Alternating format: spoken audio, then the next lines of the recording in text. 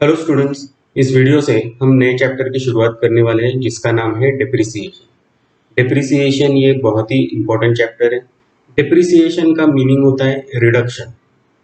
अब बिजनेस चलाने के लिए कई सारे एसेट्स लगते हैं, जैसे land, building, machinery, furniture, motor vehicle etcetera. अब जब बिजनेस चलाने के लिए इन एसेट्स को यूज किया जाता है तो इनका कुछ वेयर एंड टेयर होता है और इन एसेट्स की वैल्यू कम हो जाती है। इन एसेट्स की वैल्यू जो कम हो गई है उसका जो मेजरमेंट होता है उसे कहते हैं डिप्रिसिएशन। डिप्रिसिएशन का डेफिनेशन है shrinkage in the value of the asset due to wear and tear, passage of time and obsolescence. कभी कभी एसेट खरीद लेते हैं लेकिन इसका यूज नहीं होता। हम एग्जांपल लेते हैं, जैसे आपने मोटर कार खरीद ली। मोटर कार 5 लाख रुपए में आपने खरीदी। एक साल भर तक आपने इसको यूज नहीं किया। अब एक साल बाद जब आप इस मोटर कार को अगर बेचने जाते हो तो आपको सारे के सारे 5 लाख रुपए नहीं मिलेंगे। 5 लाख से कुछ कम ही वैल्यू मिलेगी। इसका मतलब एसेट की वैल्यू सिर्फ समय गुजर जाने की वजह से, जैसे पैसेज ऑफ टाइम से कुछ कम हो गई। इसे भी हम डेप्रिसिएशन कहते हैं। एसेट की वैल्यू कभी कभी सिर्फ टेक्नोलॉजी में चेंज होने के कारण कम हो जाती है। जैसे पहले लैंडलाइन फोन थे और एकदम से मोबाइल फोन आ गए, तो लैंडलाइन फोन कोई यूज नहीं करता, तो लैंडलाइन फोन की वैल्यू कम हो गई। इसे change in value of the asset due to obsolescence के, क्योंकि टेक्नोलॉजी चेंज होने के कारण उसे कोई यूज नहीं करता।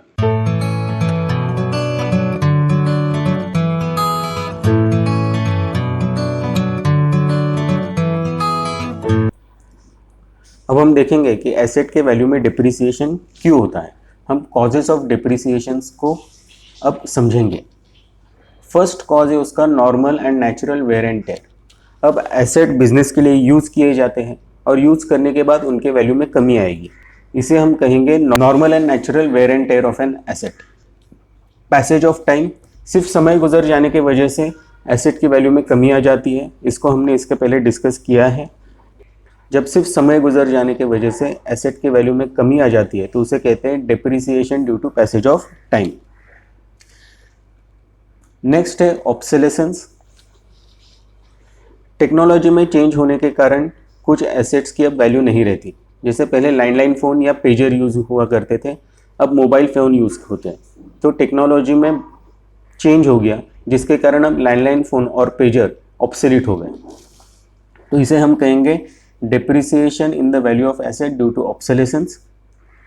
Next depletion. डिप्लीशन समझने के लिए हम एग्जाम्पल लेंगे कोल माइंस का या ऑयल वेल्स का, जहाँ से पेट्रोल निकाला जाता है। अब जैसे ही माइन से या ऑयल वेल्स से कोल या पेट्रोल निकाला जाता है, उन ऑयल वेल्स की या माइंस की वैल्यू कम हो जाती है क्योंकि उसमें जो एसेट्स है कोल या पेट्रोल वो डिप्लीट हो रहे हैं। तो इसे हम कहेंगे depreciation in the value of asset due to depletion.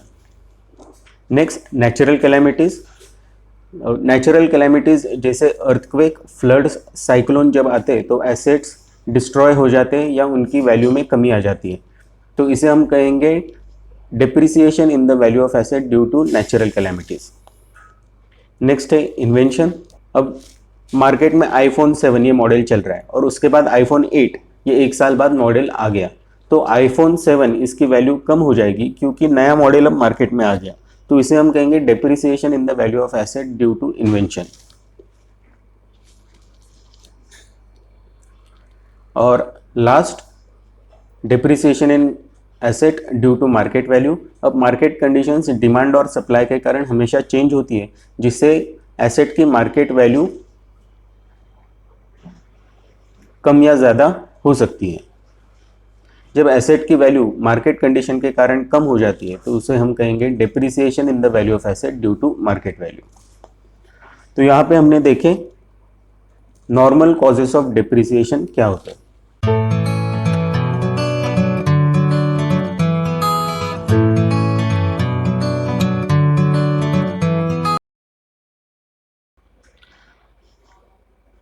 अब हम देखेंगे कि डिप्रिसिएशन की कौन सी मेथड्स होती है।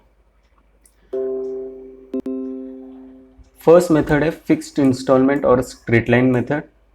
सेकंड डिमिनिशिंग और रिड्यूसिंग बैलेंस और written down value method. Third annuity method. Fourth depreciation fund method. Fifth revaluation method. Sixth insurance policy method. 7 machine hour rate method. तो डिप्रिसिएशन की 7 मेथड्स हमको दी गई है, लेकिन उसमें से हम सिर्फ फर्स्ट और सेकंड मेथड ही पढ़ने वाले हैं, क्योंकि आपके सिलेबस में सिर्फ फिक्स्ड इंस्टॉलमेंट और स्ट्रेट लाइन मेथड है और सेकंड रिटर्न डाउन वैल्यू और डिमिनिशिंग बैलेंस मेथड है।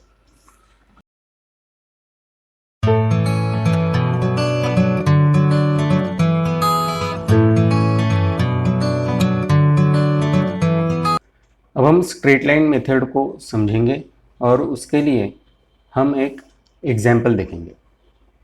The original cost of an asset is ₹80,000 and depreciation is charged at 10% per annum at fixed installment method। और जब आपको प्रॉब्लम में fixed installment method या straight line method या reduce balance method कहा जाता है, तो आपने समझ लेना है कि ये प्रॉब्लम स्ट्रेट लाइन मेथड का है। स्ट्रेट लाइन मेथड को फिक्स्ड इंस्टॉलमेंट मेथड या ओरिजिनल कॉस्ट मेथड इस नाम से भी जाना जाता है। अब हम यहाँ पे डिप्रिसिएशन कैलकुलेट करेंगे फर्स्ट ईयर के लिए। ये फर्स्ट ईयर है, ये मेरी एसेट वैल्यू है। यहाँ पे मैं लिख देता हूँ रिटर्न डाउन वैल्यू,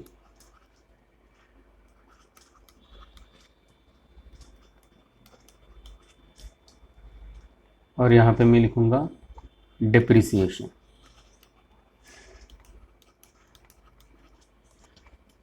अब हमारी एसेट की वैल्यू 80,000 रुपीज़ है।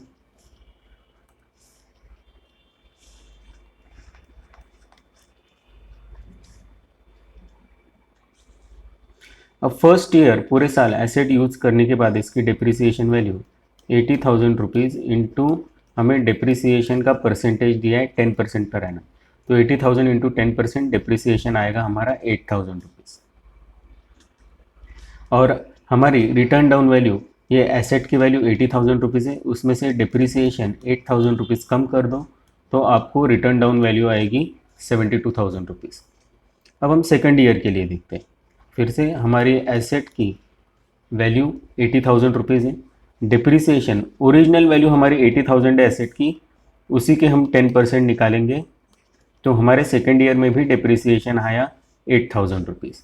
और हमारी रिटर्न डाउन वैल्यू, अब फर्स्ट ईयर में हमारी रिटर्न डाउन वैल्यू 72,000 रुपीज़ थी, तो 72,000 माइनस 8,000, तो आपकी अब सेकंड ईयर में रिटर्न डाउन वैल्यू बनी 64,000 रुपीज़।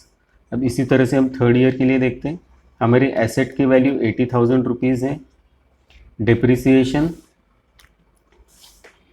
8,000 रुपीज़ आएगा। 80,000 इंटू 10%, ओरिजिनल वैल्यू जो हमारी एसेट की है उसके ऊपर हम डिप्रिसिएशन चार्ज करेंगे। और रिटर्न डाउन वैल्यू, अब सेकेंड ईयर में रिटर्न डाउन वैल्यू 64,000 रुपीज़ थी, उसमें से 8,000 रुपीज़ आप कम कर दो तो आपको अमाउंट मिलेगी 56,000।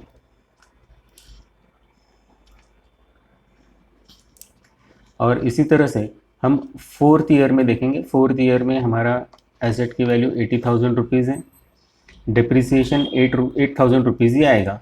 80,000 इंटू 10%, और हमारी रिटर्न डाउन वैल्यू पिछले साल में 56,000 रुपीज़ थी, उसमें से 8,000 रुपीज़ हम कम करेंगे तो हमें वैल्यू आएगी 48,000 रुपीज़। तो इस तरह से जब तक वैल्यू ज़ीरो नहीं हो जाती हम एसेट की वैल्यू रिड्यूस करते जाते हैं। तो जब अब आप देखोगे कि यहाँ पे डिप्रिसिएशन की वैल्यू हर साल में 8,000 रुपीज़ है। फर्स्ट ईयर में 8,000, सेकेंड ईयर में 8,000, थर्ड ईयर में 8,000 और फोर्थ ईयर में भी 8,000।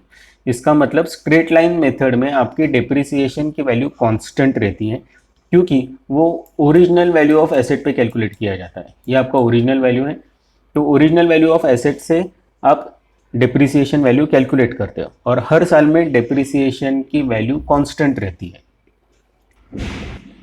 अब हम इसको ग्राफ निकाल करके देखते हैं कि हमारा डिप्रिसिएशन दिखेगा कैसे।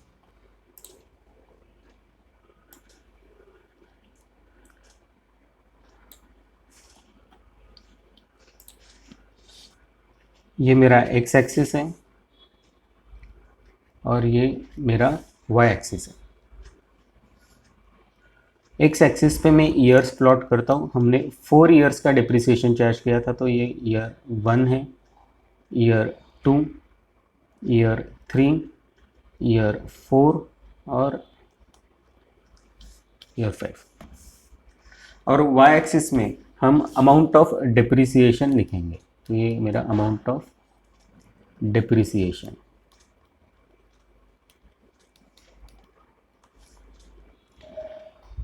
तो ये यहाँ पे मैं लिख देता हूँ 2000, और ये हम रुपीज़ में लिख रहे हैं। फिर 4000, उसके बाद 6000, 8000 और फिर 10,000।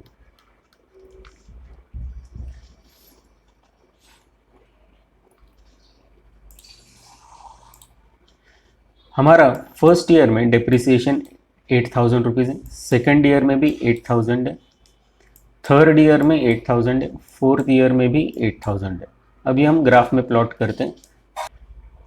फर्स्ट ईयर में डिप्रिसिएशन मेरा 8000 रुपीज़ है, सेकेंड ईयर में भी मेरा डिप्रिसिएशन 8000 रुपीज़ है, थर्ड ईयर में मेरा डिप्रिसिएशन 8000 है, और फोर्थ ईयर में भी डिप्रिसिएशन मेरा 8000 है। और अगर मैं यहाँ से लाइन प्लॉट करता हूँ तो ऑलमोस्ट मेरी लाइन ये स्ट्रेट लाइन आ जाती है। इसीलिए इस मेथड को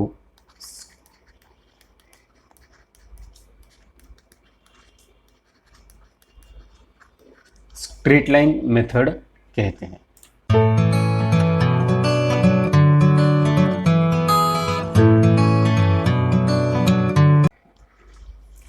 अब हम स्ट्रेट लाइन मेथड का और एक एग्जाम्पल देखेंगे।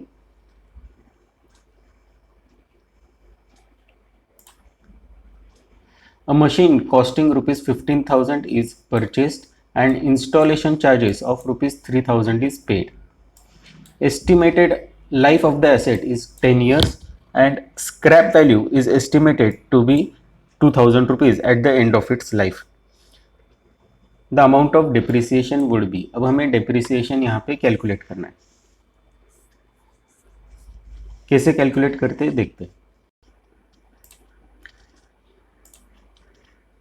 अब आपकी जो एसेट की वैल्यू होती है उसमें एसेट की ओरिजिनल कॉस्ट और इंसिडेंटल एक्सपेंसेस भी इंक्लूड होते हैं। Incidental expenses example installation charges भी हम इसमें इंक्लूड कर देते हैं। अब यहाँ पे एसेट की ओरिजिनल वैल्यू 15,000 रुपीज़ है और इंस्टॉलेशन चार्जेस रुपीज़ 3,000 है, तो ये सारे के सारे हम एसेट की वैल्यू में इंक्लूड कर देंगे। मेरी एसेट की वैल्यू 15,000 रुपीज़ प्लस 3,000 रुपीज़ होगी।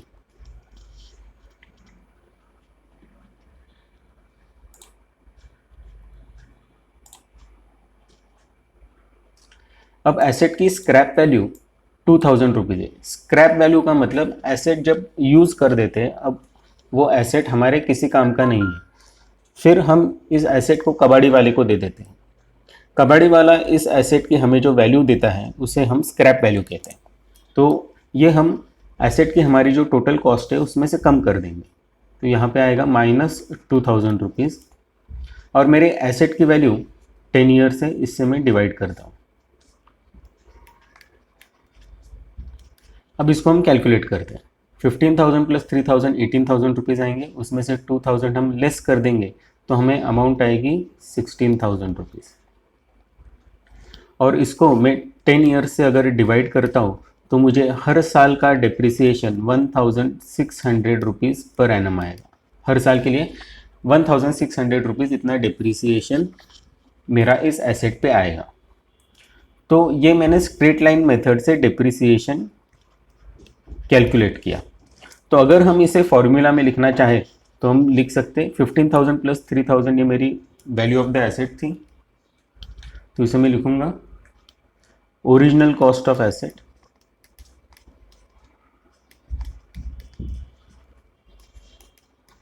और ये ओरिजिनल कॉस्ट ऑफ एसेट में इंसिडेंटल एक्सपेंसेस जैसे इंस्टॉलेशन चार्जेस भी इंक्लूड होंगे, minus scrap value divided by estimated life of asset, मतलब एसेट कितने सालों तक हम यूज करेंगे इसका हम अनुमान लगाते हैं। तो estimated life of an asset, और ये हम लेंगे ईयर्स में। तो ये आपका स्ट्रेट लाइन मेथड का फॉर्मूला बन गया।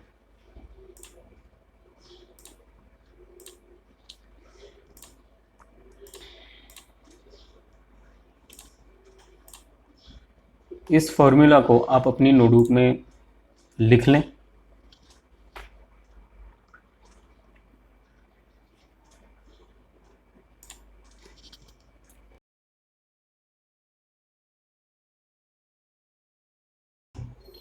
तो स्ट्रेट लाइन मेथड का फॉर्मूला देखने के बाद आपको समझ में आया होगा कि डिप्रिसिएशन के इंपॉर्टेंट फैक्टर्स क्या होते हैं। तो फैक्टर्स ऑफ डिप्रिसिएशन, सबसे पहले कॉस्ट ऑफ एन एसेट।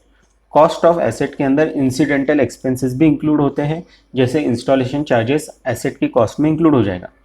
फिर estimated economic life of an asset, asset की लाइफ कितनी होगी ये हम पहले ही एस्टिमेट करते हैं ताकि हम डिप्रिसिएशन कैलकुलेट कर सकें।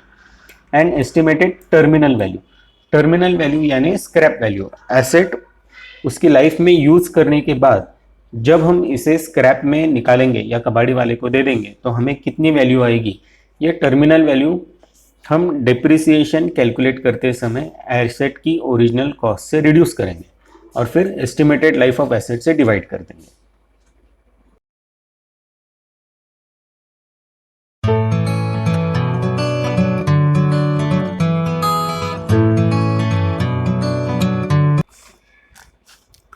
अब हम नेक्स्ट मेथड को समझेंगे, वो है हमारी रिटर्न डाउन वैल्यू मेथड, और उसके लिए हम एक सिंपल सा एग्जांपल लेंगे।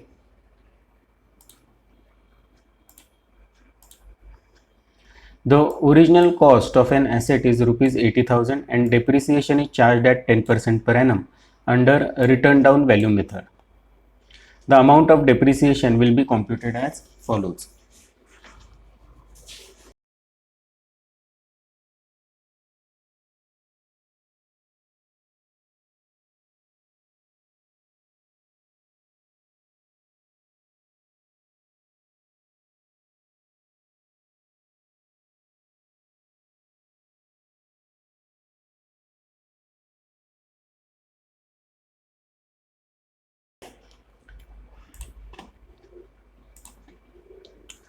रिटर्न डाउन वैल्यू मेथड को रिड्यूसिंग बैलेंस मेथड या डिमिनिशिंग बैलेंस मेथड इस नाम से भी जाना जाता है। तो जब भी आपको प्रॉब्लम में बोलेंगे calculate the depreciation under return down value method या रिड्यूसिंग बैलेंस मेथड या डिमिनिशिंग बैलेंस मेथड, तो अपने WDV यानी रिटर्न डाउन वैल्यू मेथड से ही प्रॉब्लम को सॉल्व करना है। अब मैं यहाँ पे एक छोटा सा फॉर्मेट बना लेता हूँ।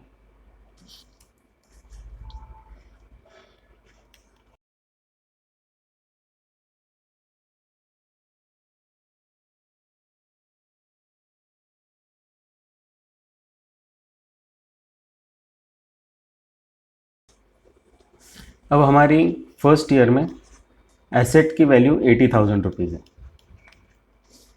डिप्रिसिएशन हमें 10% से कैलकुलेट करना है, तो 80,000 रुपीज़ इंटू 10%,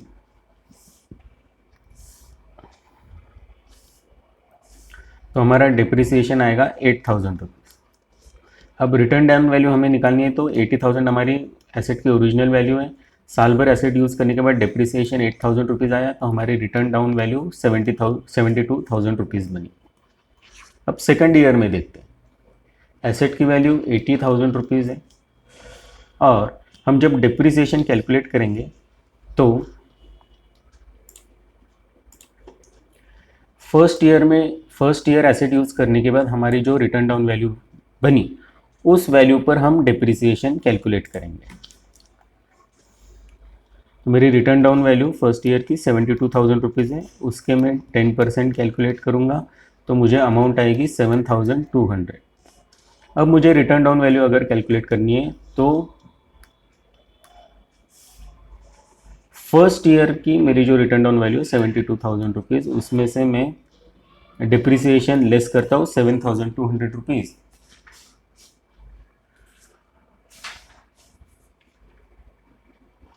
तो मुझे रिटर्न डाउन वैल्यू आएगी 64,800 रुपीज़। उसी तरह से अब मैं थर्ड ईयर में जाता हूँ, थर्ड ईयर में मेरे एसेट की ओरिजिनल वैल्यू 80,000 रुपीज़ है। मुझे अगर डिप्रिसिएशन कैलकुलेट करना है तो पिछले साल की मेरी जो रिटर्न डाउन वैल्यू थी 64,800, तो 64,800 उसके 10% में कैलकुलेट करूँगा तो मुझे डिप्रिसिएशन आएगा 6480। अब मुझे रिटर्न डाउन वैल्यू अगर कैलकुलेट करनी है तो 64,800 माइनस 6480, ये कैलकुलेट करने के बाद मुझे अमाउंट आएगी 58,320। ये मेरी थर्ड ईयर की रिटर्न डाउन वैल्यू। अब मैं फोर्थ ईयर में जाता हूँ। एसेट की मेरी ओरिजिनल वैल्यू 80,000 रुपीज़ है और डिप्रिसिएशन मेरी थर्ड ईयर की जो रिटर्न डाउन वैल्यू है 58,320, उसके 10% में कैलकुलेट करूँगा तो मुझे अमाउंट आएगी 5,832। मुझे अगर रिटर्न डाउन वैल्यू कैलकुलेट करनी है तो पिछले साल की मेरी रिटर्न डाउन वैल्यू 58,320, उसमें से 10% में लेस करूँगा 5,832 और मुझे अमाउंट आएगी 52,488।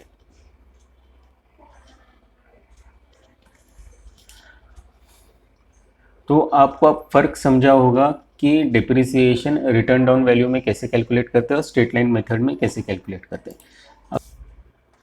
ये डिप्रिसिएशन यहाँ पे हमने WDV मेथड से कैलकुलेट किया। अगर ये स्ट्रेट लाइन मेथड होती तो यहाँ पे हर साल का डिप्रिसिएशन 8,000 रुपीज़ ही आता।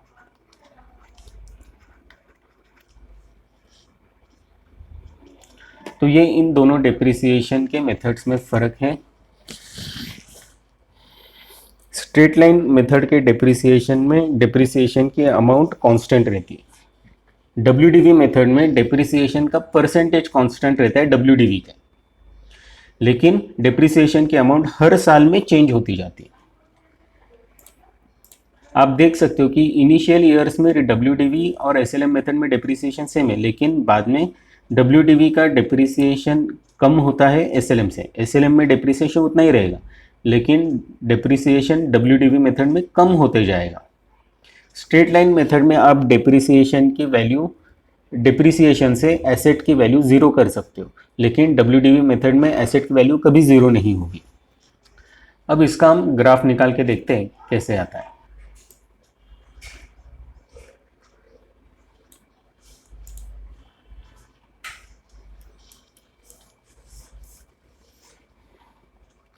ये मेरा एक्स एक्सिस है, 0 है, और ये वाई एक्सिस है। यहाँ पे मैं ईयर्स प्लॉट करता हूँ। ईयर्स हमारे 1, 2, 3, 4 और 5। यहाँ पे हम लिखेंगे अमाउंट ऑफ डिप्रिसिएशन। हम शुरू करते हैं 2,000 रुपीज़, फिर 4,000 रुपीज़, 6,000 रुपीज़ और 8,000 रुपीज़। अब हम इसको ग्राफ पे प्लॉट करते हैं।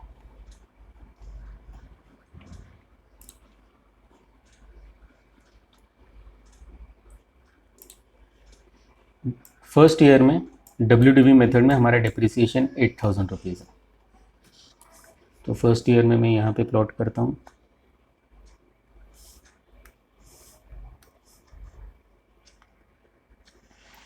₹8,000।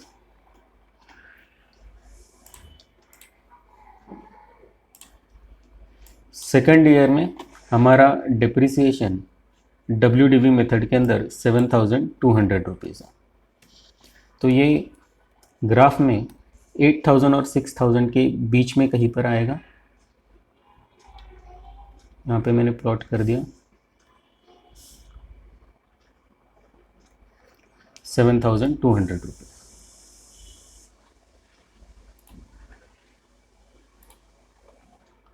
अब थर्ड ईयर के लिए हमारा डिप्रिसिएशन 6,480 रुपीज़ है।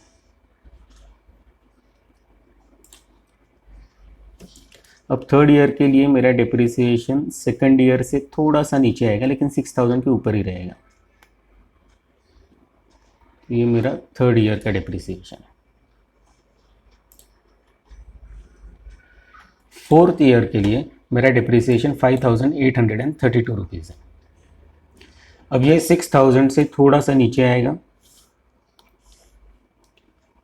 मैंने यहाँ पे प्लॉट कर दिया।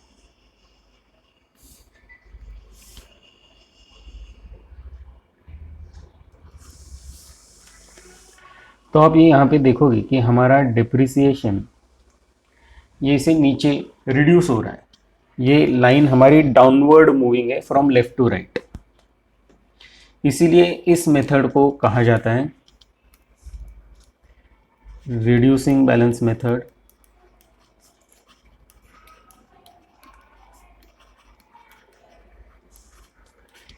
या डिमिनिशिंग बैलेंस मेथड।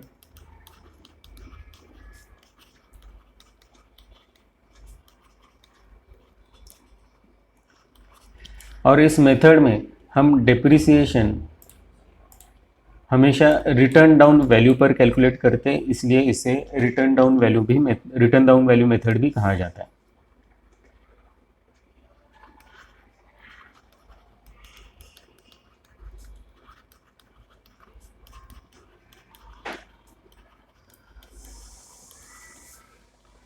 और आपको WDV मेथड का ग्राफ कुछ इस तरह से दिखेगा।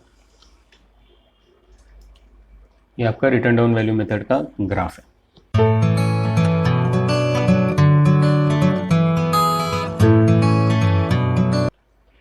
हम देखेंगे कि फिक्स्ड इंस्टॉलमेंट मेथड और रिटर्न डाउन वैल्यू मेथड के डिफरेंसेस क्या होते हैं। Meaning, under this method depreciation per year on the asset remain fixed. अब यहाँ पे हमने इस एग्जाम्पल में देखा था कि हर साल में डेप्रिसिएशन की अमाउंट कांस्टेंट रही, यानी हर साल में स्ट्रेट लाइन मेथड में डेप्रिसिएशन कांस्टेंट रहता है। Return down value method, under this method depreciation per year on the asset goes on reducing. यहाँ पर हमने एग्जाम्पल में देखा था कि पहले साल में 8000 रुपीज़ है डिप्रिसिएशन की अमाउंट, सेकेंड ईयर में 7200, फिर 6480 और फिर 5832। तो हर साल में रिटर्न डाउन वैल्यू मेथड में डेप्रिसिएशन की अमाउंट कम होती जाती है। ये हमने ग्राफ में भी देखा था।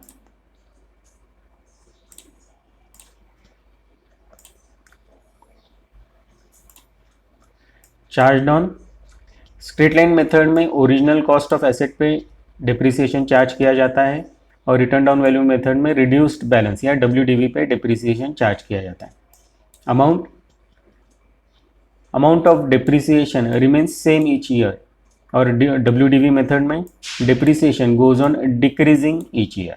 हर साल में डिप्रिसिएशन की अमाउंट कम होती है। वैल्यू ऑफ फिक्स्ड एसेट, अब स्ट्रेट लाइन मेथड में या फिक्स्ड इंस्टॉलमेंट मेथड में डिप्रिसिएशन मेथड से एसेट की वैल्यू हम ज़ीरो तक लेकर आ सकते हैं। तो value of fix asset can be reduce to zero, लेकिन WDV मेथड में ज़ीरो तक वैल्यू नहीं आती है। The value of fixed asset can not be reduce to zero.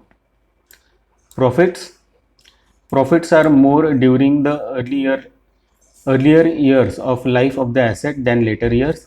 Profit are less during the earlier years than later years. Recognition by tax law, अब income tax law के अंदर सिर्फ WDV method को permission है follow करने के लिए। Straight line method या फिक्स्ड इंस्टॉलमेंट मेथड को हम यूज़ नहीं करते। सिर्फ इलेक्ट्रिसिटी कंपनी जो होती है, जैसे हमारी MSEB है या रिलायंस इलेक्ट्रिक है, वो कंपनीज स्ट्रेट लाइन मेथड से अपने एसेट्स पर डिप्रिसिएशन चार्ज कर सकती है।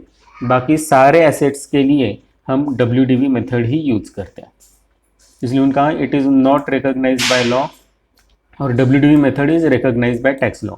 तो प्रैक्टिकल लाइफ में हम WDV मेथड ही सभी जगह पर यूज़ करते हैं। Suitability, the method is suitable where repair charges are less and obsolescence is not frequent. Method is suitable where repair charges are more in later years and obsolescence is more.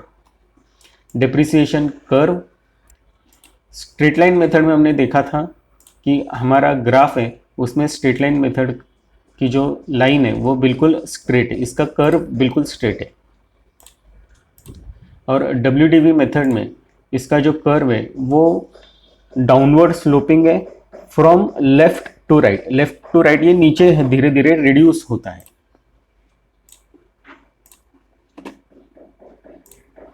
तो Under slit line method, the curve is parallel to x axis. Under return down value method, the curve slopes downward from left to right. तो हमने दोनों methods के differences यहाँ पे देख लिए.